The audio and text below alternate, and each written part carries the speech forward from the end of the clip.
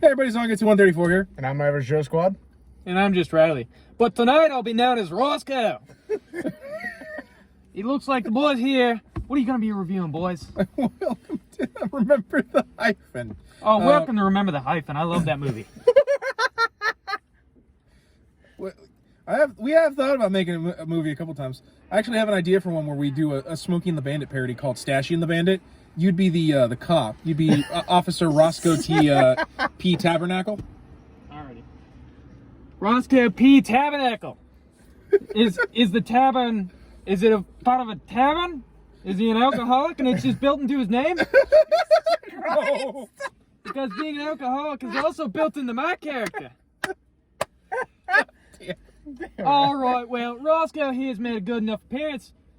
Would you guys like more Roscoe? I mean, you can if you want to keep doing that. Well, yeah. Roscoe's gonna go back to his job, but I'll make sure to watch, like, and subscribe the video. You gotta do it as Roscoe says. And I'm sure there'll be in more. Yeah, thank you, Roscoe. Roscoe, it's always a pleasure to be here. I want to get you a little hat and a didgeridoo. Oh, a didgeridoo. By God, I haven't had a didgeridoo since the 90s. You boys behave yourself and come in again when you're done. Yeah, well. You know, the sad part is he's not going to work at a Chili's. Or no, Outback Steakhouse. So anyway, it's Movember. What were we shooting again? Detective Comics number 26. Yeah, that's right. So one of the most famous comic books ever created. yeah, good reason. no. I would probably say probably one of the the holy foursome, basically. Yeah, Action 1, Detective 27, Amazing 15, and First Appearance of Wonder Woman. Which I think was just called Wonder Woman Comics. I want to say was her first issue. I think so. Which is weird. That first issue of Wonder Woman's really weird because like they wrote it like a pulp magazine where it's just pictures interlaced with like writing. I think later on they redid her origin as like a full comic, but like the original version of it's really weird. You know, probably for this year's Spider-Man, we could do Amazing 15 too. And I thought we were planning on it. We probably were. I mean, we've got a lot of shit planned for Spider-Man. So. Yeah. Well, I have it written down. Remember, I don't know where the hell I notebook is. But yeah, so it's kind of funny. A shame we didn't do this last year, but because wasn't it last year or the year before that one issue 1000 of Detective Comics came out? Last year. I remember because you were salty, you never got it. And I know I did. Well, actually, I didn't. But then, like, because like I was having Detective by mail. It came. No, it actually never came. I had to buy it. Because it was bullshit. Like wasn't your 101 too? Like, wasn't your 1001? Wasn't it kind of beat up too? Yeah, it was kind of bullshit. Like they knew, like DC knew you were talking shit on Tom King. Which eventually, like, they just stopped sending me Batman too, or Detective, which was weird. Like I haven't resubscribed since, but that's mostly just because like it stopped subscribing, and I feel like they did that because I was bashing Tom King. I don't know why. I just feel like that was the reason. But you're probably a rolling subscription. Probably that too. Well, it's just weird because usually it's funny to say Tom King though. Well, it was weird because like usually they give you a notice that says "Hey," but regardless, it probably ended up in your junk email. Probably. So the first issue of Batman was not actually the first issue of Detective, which is funny. So Detective Comics was basically a pulp magazine that DC at the time I think was just called Star Comics. No, that was Marvel. National Comics. Yeah, DC was National Comics originally. I wrote my thesis on comic history. Yeah. So. Well, thank you. But basically, for the first 27 issues, it was just detective stories. I think occasionally superheroes. I want to say like Johnny Thunder was in that. Fucking Johnny Thunder. We need to review Johnny Thunder at some point. I have to read Johnny Thunder. I'd have to find it. It's probably fucking public domain. Was he one of the members of the Justice Society? I don't know offhand. I feel like he was a member of the Justice Society. Admittedly, I don't know. To be fair, the Justice Society is massive, so I don't blame you for that. But basically, they wanted to have a character because Batman was created mainly because of the popularity of another fictional comic book character, a pulp hero, Who knows what evil lurks in the hearts of men? The Shadow knows. We need to review some Shadow stuff. We do need. I actually have I would love to buy some of the pulps, honestly, because they've reprinted them all. We should listen to the radio. Find the radio drama and listen. Those to it. are, I believe, they're on archive.org. I wouldn't believe. I'm pretty sure it's public domain. I wouldn't doubt it. Superman ones are on there. Yeah, we'll have to do those at some point. But basically, the National Comics wanted a character like the Shadow, and so they assigned the task to Bob Kane, who was working at the time with Bill Finger. And so they threw around some ideas. Basically what they came up with is kind of a combination of the Shadow and Zorro. There were some other pulp characters in there, but the two big ones, which pretty much, if you know these two characters, were Zorro and the Shadow. You know, a dark, mysterious figure that roams the night fighting criminals, who's also a wealthy industrialist or a wealthy millionaire who has a secret identity of like a socialite that kind of is dopey but uses his money to wage war on crime. Which, oddly enough, they didn't do the Cave until the serials. It was after the serial is actually the reason that it exists. Yeah. So in the serials, it's nothing glamorous. It's a fucking cave with a desk and a file cabinet. No. So gotta start somewhere, I guess. Yeah. There's actually a lot of things Batman doesn't have in these early stories, which I think we're influenced more later by this in the TV show, because I want to say the Batmobile was actually from the TV show. At least the more idea that it's like not just a car with his face on it, like it's like a. I know like there were Batmobiles before it, but I want to say the modern day Batmobile definitely is from the Adam West show. Because he doesn't really have one in the serials either. It's just a car, which was how it was in the comics. Yeah. Because he just had a red car at first. The Bat Mini Coupe. Then he had one which was let me slam my fucking face on the front of this bitch. I love in Batman the Animated Series where they, the episode where they show the guy who built the Batmobile that he uses currently, because they show his car, the first Batmobile, and it literally is just the face one, and it's like a fucking wreck because Batman has just trash this car. Well, because cars back then were kind of you're taking your life in your own hands, basically.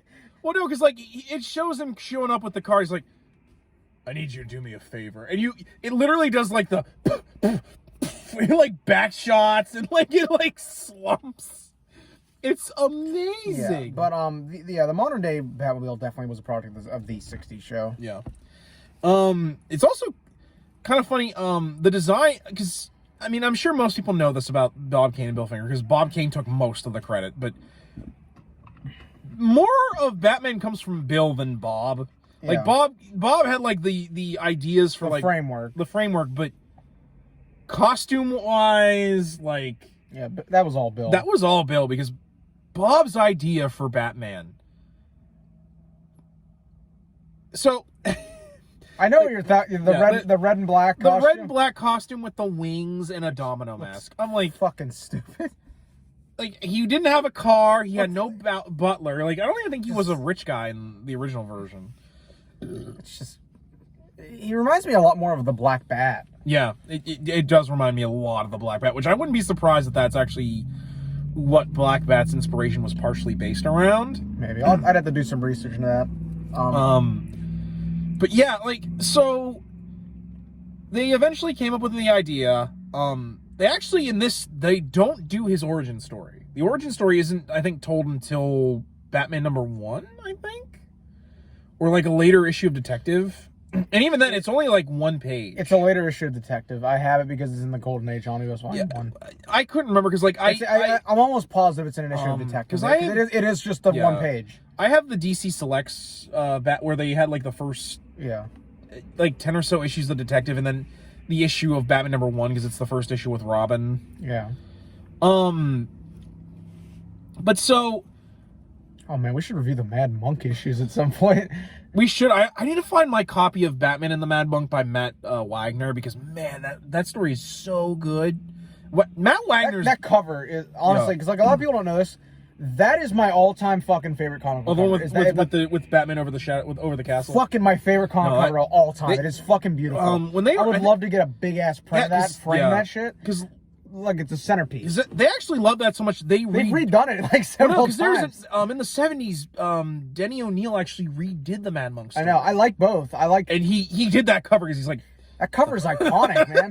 Because it's just Batman, like the shadowy Batman over this castle, and I'm like, that's just that. It looks fucking awesome. Like it just says everything you need to know about Batman. I remember the first time I saw that cover. If you'll let me dive by all means, because we're just kind of talking a little bit about Early Detective before we get into the meat. I want to say I was 6 years old, and I was in an art class in grade school. Okay. And this art teacher had a couple books. Like she had like Stan Lee's How to Draw Comics the Marvel Way, which I bought recently. I rebought that because I love that. That's an old book too. It's a great book though. It's great. I'm not saying it's not. It just I actually have 2 copies of it. I found my other one, but and there was another one that I don't remember what it is. It basically was like a history of comic books. Yeah.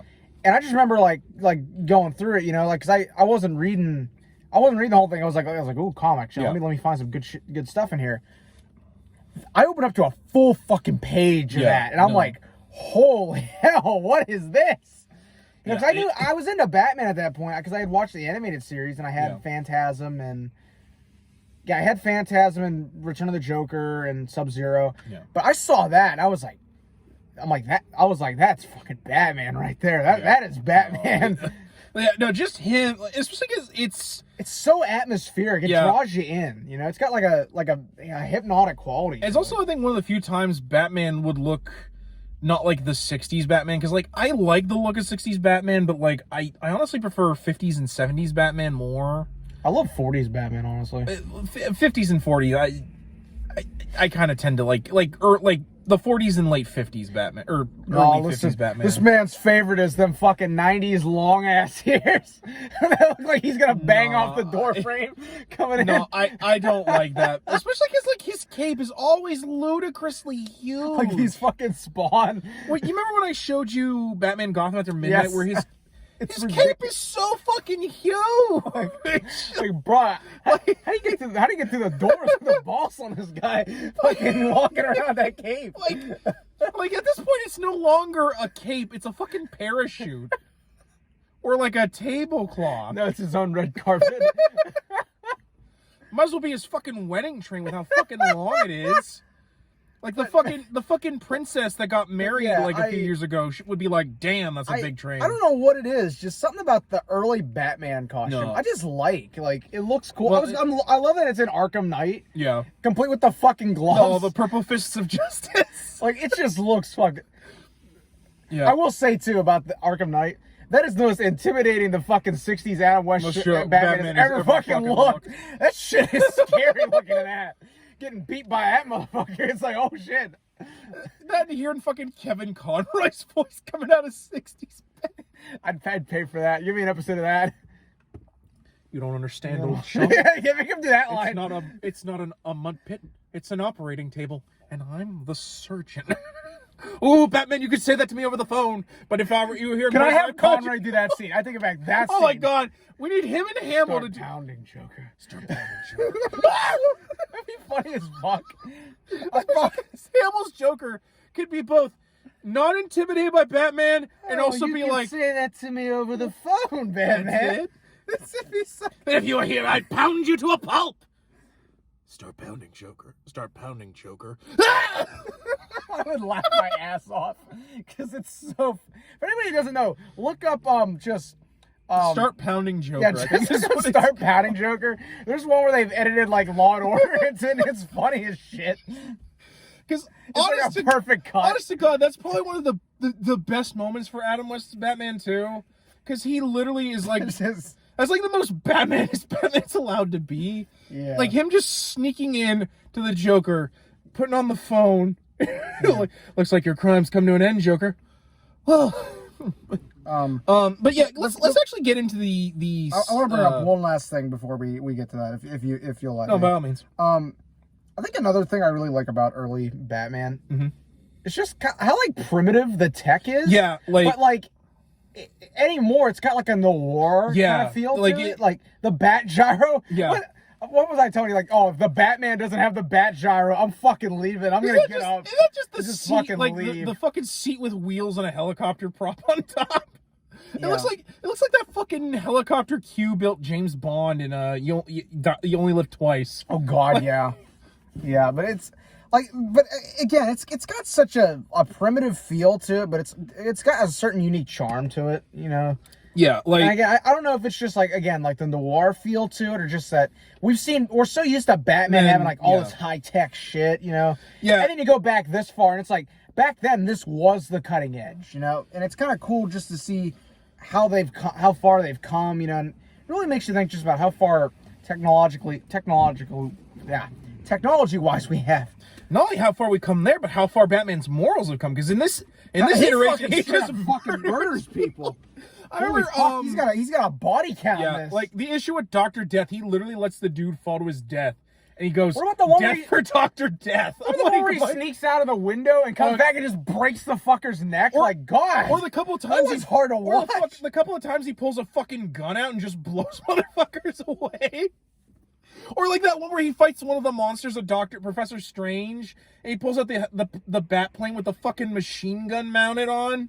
And doesn't he burn Strange's lab down too? Yeah, like he's gonna let him burn. No, Batman's like, I'm fucking done. Criminals in my Gotham fucking stay dead. You think Bruce is fucking brutal anymore? Like that Batman trailer. Go back and look at this shit. He ain't playing around at that point. Fuck, come World War II, he's just mowing Nazis. Alfred or Robin. Granted, Nazis aren't fucking people, so mow them down. But like that one Batman issue from World War II where it's him like firing a machine gun and Robin is feeding the fucking bullets. I love that one because that is peak World War II propaganda. Especially because that doesn't even happen in the issue. It's just a World War II cover to be World War II. It's a great fucking propaganda cover. No, it really is. Hand me my pop. Oh yeah. Yeah. So anyway, let's dive into the thing that kicked off all this Batman mythos and everything we know and love about the Dark Knight, which is Detective Comics number 27. Featuring again probably one of the most iconic covers ever made. I mean, if you guys don't mind me like us losing the light for a second. So yeah, are you actually gonna show the cover? Yeah, I'm actually gonna show the cover because it's gonna be easy to find. It's not like we're looking for like some random ass like a variant issue that was only like a comic exclusive or some shit. It's actually kind of funny. I actually like to imagine that, like, because of the way Batman's swinging, like he runs into Spider-Man from Amazing 15 carrying the guy the other way. That's funny. And meanwhile, while they're doing this, underneath them is that shot from Amazing #1 where Superman's just wrecking that guy's car for no fucking reason. Did I send you the one with like the real story? Like he couldn't get the car alarm to turn off. Yeah. I can't turn it off. I was just like, damn it. Shut up. Especially because I just like it's Reeves. That's the one from the end of the first one. Yeah. Where he's screaming no. Also, this comic is super.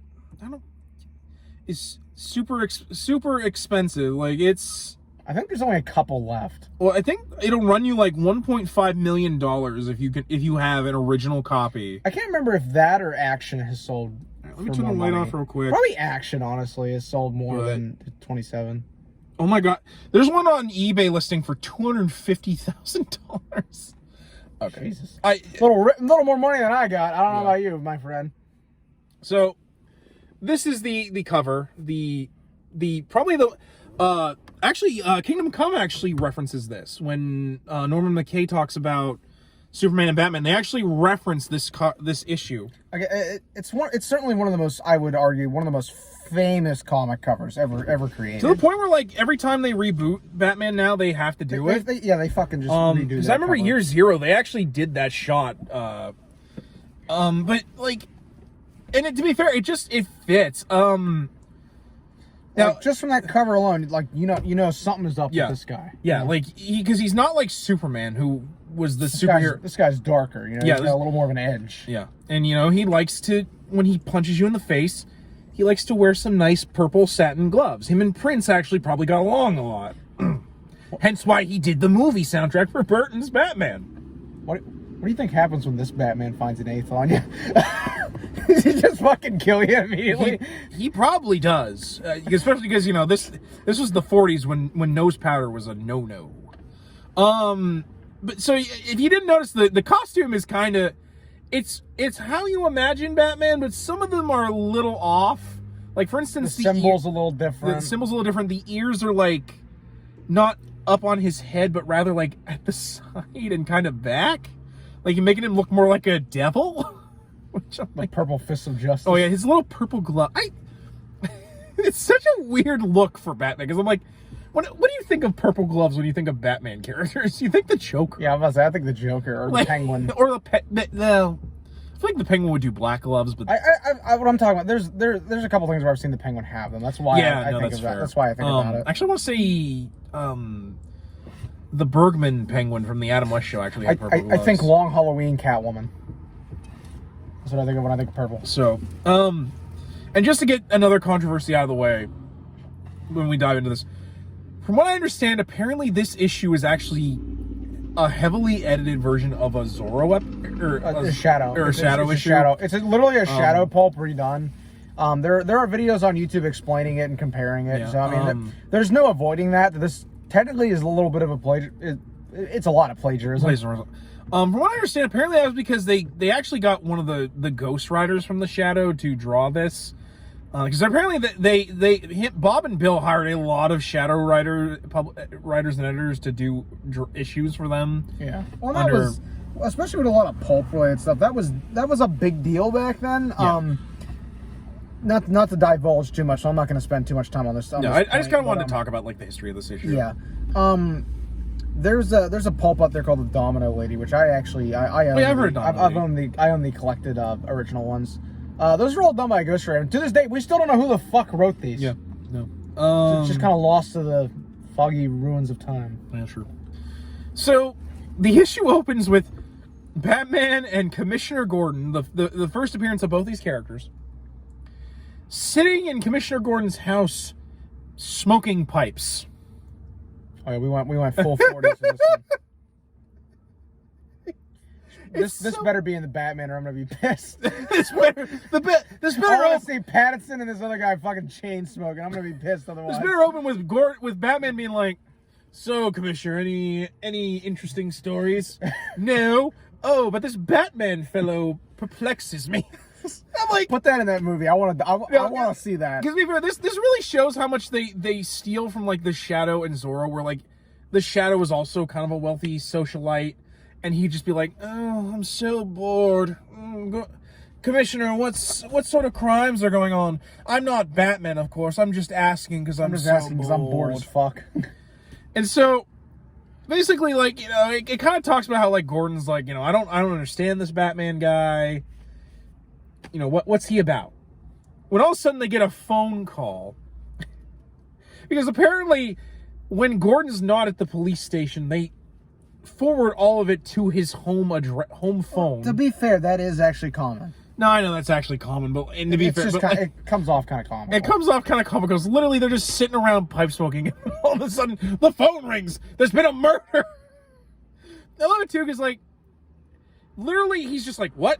This chemical king guy is dead, and his son had fingerprints on the knife. I'll be right there. Like they literally have Gordon just say what's being told on the phone.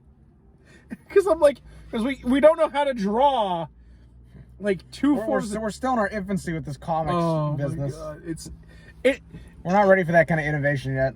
But so basically Gordon's like, I gotta go. You want to come along, Bruce? You want to come to the horrible crime scene murder? Wild chap, that sounds like a marvelous idea. I know. Batman's like, might as well. There's nothing interesting going on. I'm like, what is this bullshit? Why are you guys so casually like, well, guy got stabbed. In Gotham, like, holy fuck, this is every other day. I mean, I guess, but this is like the 40s. Every other day, some motherfucker getting killed. Motherfucker's always trying to ice skate uphill. So, not go over every part. Basically, they come across this guy who is one of like 4 people, or is it 3? I think it's 3. These 3 guys who are working in. Regrettably, I don't have the issue out in front of me. That are working together for this thing called the Axiom Chemical Company, not the Ace Chemical. That's a different chemical company. This one's named because of World War II. Yeah. And so basically, they first want to blame the son because, of course, his fingerprints are on the knife. Which, as the son explains, it was because he was pulling the knife out of the dude's chest. And because apparently, he heard someone stabbing his dad. And he come on and, basically he's trying to see if his dad's okay. And the last words he said was, contract. There's also a safe that's open. This actually does kind of decently give you a decent detective story. Yeah. It can't give you all the pieces because, it'd just be hard to do that, but... So basically, Bruce, after clearing his pipe of tobacco shavings on the crime scene... World's greatest detective. Basically, listen, man, fucking crime scene. You're talking I know. Newfangled CSI shit that they didn't have back then.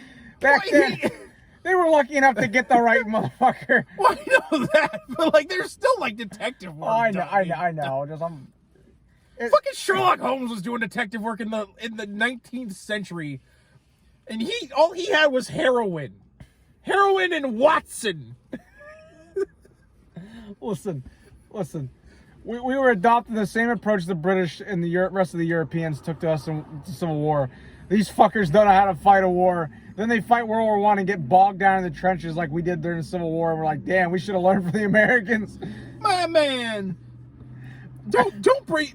Sherlock Holmes is a classy motherfucker, and I will not let you besmirch his name. Listen, they thought we were all a bunch of rank amateurs. Don't worry.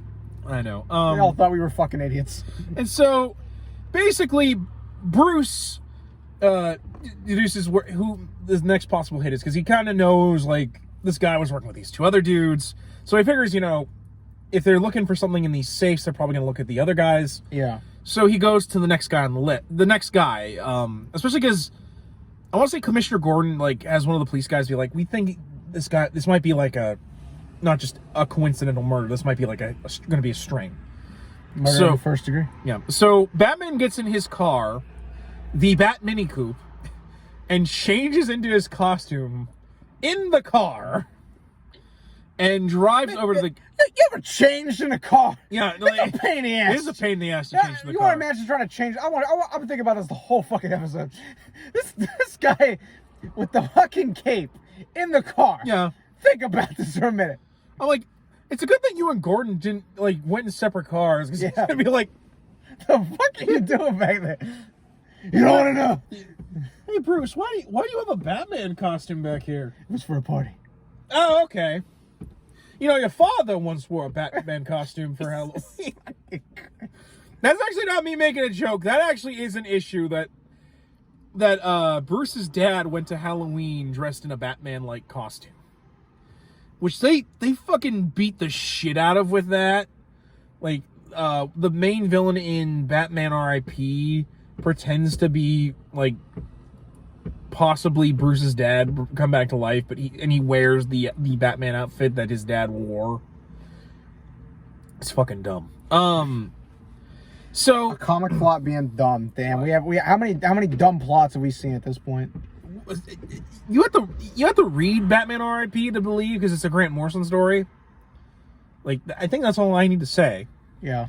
So basically, Batman appears for the first time in the issue with his little purple fists of justice. As these two guys are, I don't think they killed the dude, but they made off with the contract. Basically, they knocked. I'm pretty sure they knocked him out. Yeah, they knocked him out because killing these dudes isn't really the main ploy of this. But basically, as they're escaping by climbing onto the roof, for some reason, I think that's why they're waiting for a helicopter or something like that. And